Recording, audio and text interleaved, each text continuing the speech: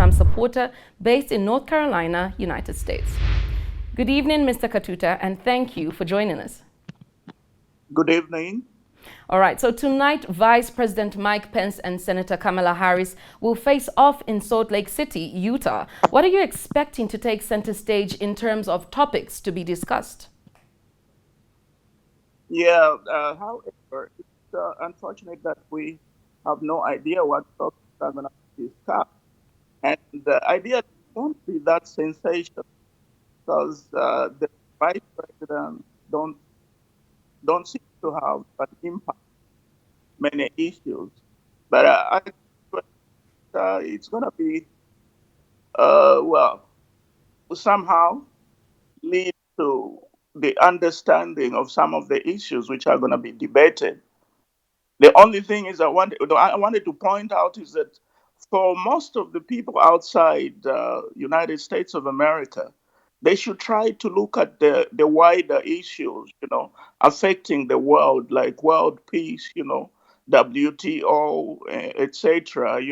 We should not look at things which are only affecting America, but peace, the world peace, and indeed the United Nations organizations like WHO, how they are affecting us.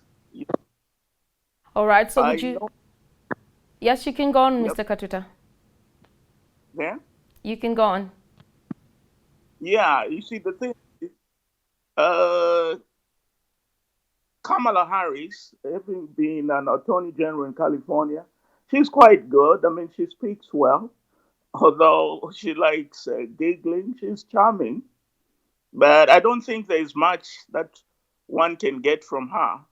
As for VP Mike Pence, he's been a governor for Indiana and he was very successful. A governor is in similitude to governors we used to have, like Sir Evelyn Horn and others, Saroy Holensky, in the country. Now, every state has a governor. And when you run your state well, you are like a president of the state. So he's very well versed with what's going on in the United States. And he's the only one who is capable of explaining things truthfully.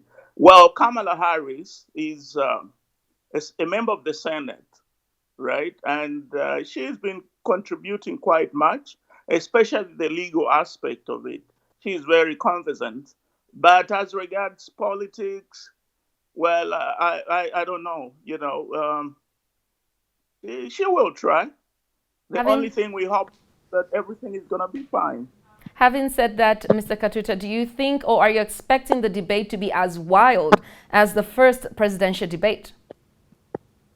No, the VP Mike Pence can never be wild. He's spoken and he's really a keen advocate for truth or veracity. He doesn't lie. There's no political propaganda.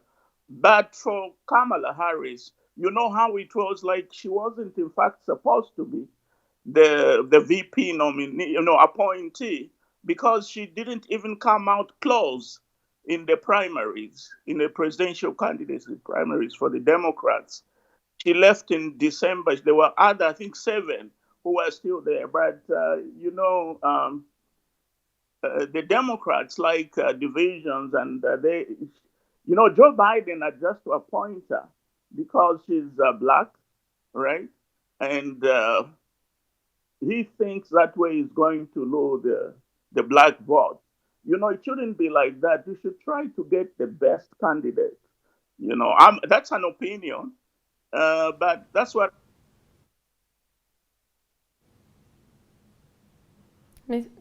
Mr. Katuta. So since President Trump was diagnosed with COVID last week, are you expecting him to be back on the campaign trail? Or do you think he would go to North Carolina?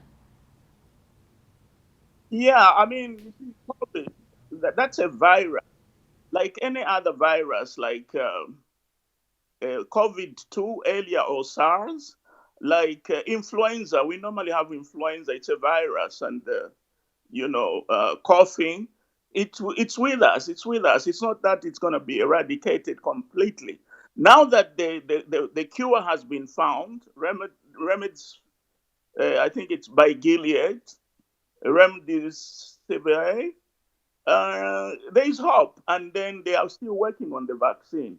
In fact, he's on treatment. He was not diagnosed as such. He just, they test them every morning, and he was tested positive. He had no symptoms, although he was feeling a bit weak. So anything that is diagnosed early is easier to cure, and whatever has applied to him is fine. Okay, thank It's you not- so much, Mr. Katuta. Thank you for uh, your time.